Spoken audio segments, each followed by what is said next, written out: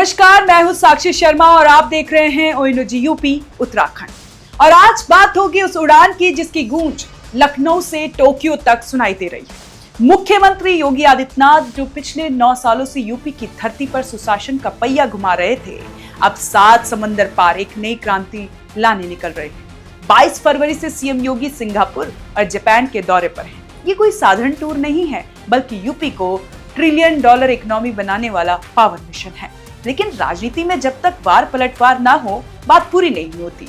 योगी के हवाई जहाज उड़ने से पहले ही लखनऊ में सियासी रनवे गर्म हो गया है। अखिलेश यादव ने तीखा तंज कसा है। आज इसी दंगल का पूरा पोस्टमार्टम करेंगे।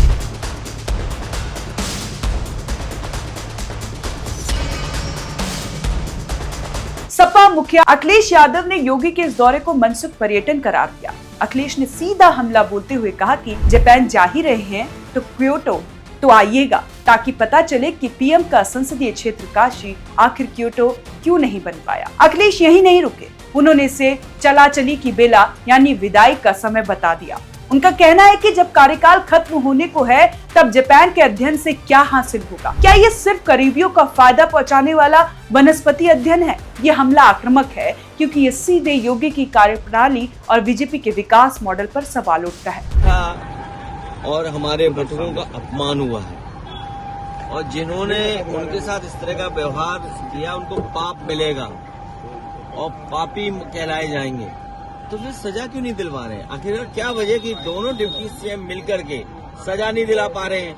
और अगर 2 दिन सजा नहीं दिला पाए तो मुख्यमंत्री जी चले जाएंगे जापान। तो हमारे डिप्टी सीएम क्या जापान जाएंगे धरना देने? अब बात करते हैं उस सोच की जिससे विपक्ष की धड़कनें बढ़ी हुई है। सीएम योगी आदित्यनाथ जापान में उस तकनीक को देखने जा रहे हैं जो दुनिया के लिए अजूबा है, मैगलेव ट्रेन। ये ट्रेन पटरी को छूती तक नहीं, चुंबकीय शक्ति से हवा में तैरती है। 600 किलोमीटर प्रति घंटा। सोचिए, अगर ये तकनीक यूपी के एक्सप्रेसवे के किनारे आ गई तो दिल्ली से लखनऊ का सफर मिनटों का रह जाएगा। योगी का लक्ष्य सिर्फ घूमना नहीं, बल्कि डेटा सेंटर, लॉजिस्टिक्स और ग्रीन एनर्जी के लिए जापान दिग्गजों को यूपी लाना है। इस दौरे की एक और खास बात है योगी की सादगी और उनकी पहचान। सीएम योगी वहां भी अपने पारंपरिक भगवा पहनावे में नजर आएंगे। टोक्यो के पास राम हनुमान मंदिर में दर्शन करेंगे। ये संदेश साफ है, हम आधुनिक तकनीक तो अपनाएंगे लेकिन अपनी संस्कृति का त्याग नहीं करेंगे। विपक्ष इसे पर्यटन कह रहा है, लेकिन हकीकत ये है कि 2017 के बाद योगी की ये पहली बड़ी विदेश यात्रा है। 9 साल में सिर्फ दूसरी बार। ये दिखाता है कि योगी इवेंट में नहीं, इम्पैक्ट में भरोसा रखते हैं।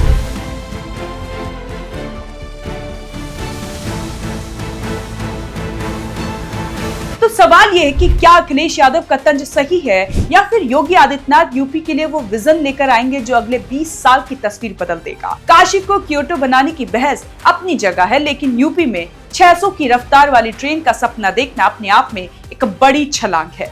अब देखना ये होगा कि जब योगी जापान से लौटेंगे तो उनके झोले में सिर्फ यादें होंगी या फिर हजारों करोड़ों का निवेश और मैगलेव जैसी तकनीक का ब्लूप्रिंट। आपको क्या लगता है कि अखिलेश का हमला जायज है या योगी का ये दौरा यूपी के लिए मास्टर स्ट्रोक साबित होगा? कमेंट में अपनी राय जरूर बताएं और देखते रहें ओएनजीसी यूपी उत्तराखंड।